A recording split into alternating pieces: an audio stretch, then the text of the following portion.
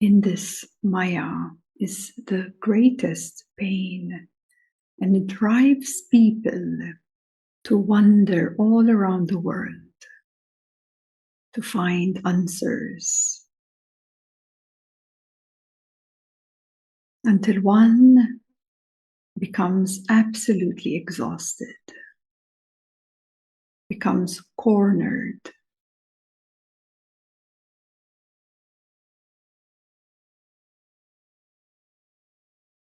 And then when one mind is cornered, what happens? That mind identity experiences a certain so-called breakdown, the healthy breakdown, where one breaks down. But what is breaking down is that held identity of that sufferer that has exhausted himself and there's nowhere else to go. And that's when it's a golden opportunity for that being to literally fall onto one's knees and say, I give up. I'm exhausted. I give up.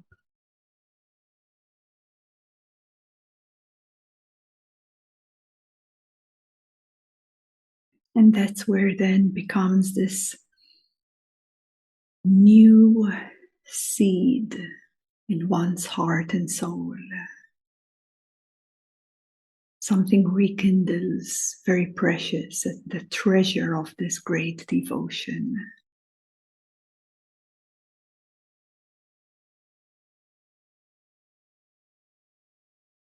As it is then an upward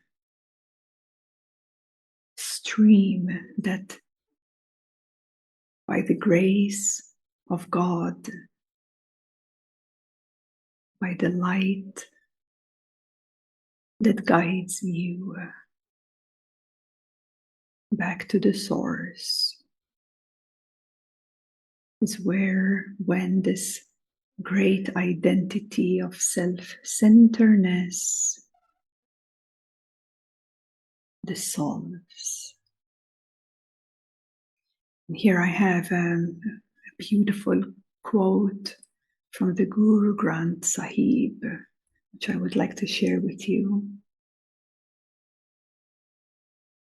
I have grown weary of making so many friends, hoping that someone might be able to end my suffering. Meeting with my beloved, my suffering has ended. I have attained union with the word of the Shabd. So the divine light and sound stream is what uplifts us to the direction of reuniting and merging with God. Because there is nothing here on earth that will fulfill you as a soul.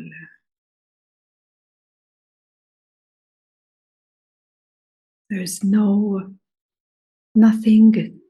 that can uplift you and fulfill even your highest desires. Because even the highest desire of merging with God, as you merge with God, no desires are remaining. So when the personal self surrenders to the divine's will, the mind and the body are totally suited. And that is where the Nam, the word, comes to dwell within the mind. That's how it purifies the mind. That's how it purifies your soul. That's how it purifies your heart. Because the self-serving individual does not recognize God. And how will they spend their life when one is filled with arrogance or ignorance? They are burning with desires and they suffer. They suffer in the pain of the love of duality. This is the greatest trap, the greatest illusion of all. So a soul is truly happy, is truly in bliss, when the soul is attuned to that divine light and sound stream. And it is from there that this egotism begins to resolve, unwind, and it is eliminated from within. This is the purification of the soul that moves from this place of selflessness, in reverence, in remembrance at all times.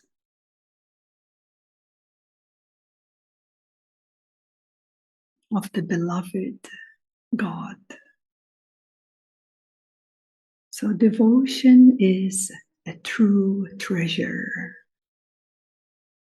that is overflowing. And when one attunes to this stream, to this way of devotion, the beloved God abides in yourself, in your mind, in your heart, in your soul. And this is how you are supported. This is the grace that uplifts you, that pulls you out of the ignorance, that pulls you out of the self-centered suffering. This is how you transcend illusions of misplaced identities, misplaced investments, and redirecting your focus to align with the voice of God, with the love of God, with the stream of God. So if we are filled with arrogance and ignorance, how will we know God? If we are wrapped up in all sorts of desires, what are the chances that God will reveal to you? If we are attached to the sufferings of duality, how can the one true God reveal himself to you? So the soul only becomes delighted, joyful, and blissful through redirecting its investments through devotion, through the selflessness, and placing one's attention on the eternal love of God. And then one sees for oneself how everything begins to dissolve. When you give power to the eternal love of God, when you become so transparent and even forgetting yourself, forgetting the importance of this self-centeredness, then there is nothing that can hold you back. Because there is only one direction, one attention, one dedication. And to make that clear, that can emanate through everything that you do. From the mundane to the most sacred actions. So it is irrelevant of what job you have, of where you live on the world. It's irrelevant. All of it is irrelevant. There's no excuses for anyone, no matter how turbulent your past was, or maybe how difficult you see your life to be. These are all excuses. These are all holding you in a loop, in a trap, in a cycle. And the way out of any loop or cycle is to rise out of it, rise above it, transcend it, disassociate with it. That is, if it's lingering there for some good few decades. Give that up. Become selfless and see for yourself what happens. Because in that selflessness, there is such great power, immense power that no word can describe it. Only you for yourself can experience it directly. So if you can remember that in all actions that you do, all of them, you are serving God. You are the servant of God. This is why through this vehicle, through this selflessness, it is not you as the person that is in control of this or that. No, you become the open vessel so that God's word can move through you. And according to God's will, your body moves beyond thought, beyond doubt, beyond uncertainties, because this body and this soul here is here to be of service to God. And allow that to unfold to you without any definition, because there is no right way or wrong way how God speaks to you and how God's word moves through you. And you have the whole life experience to practice. Every moment can be dedicated to that eternal love, to that eternal ocean of this immense emanation of love of God. So our world is only polluted because of its egotism. And this is where the humanity suffers in great pain, because one is so entangled up with the love one has towards duality. And this egotism, it cannot be washed away with any cleansing baths or incense, but devotional service.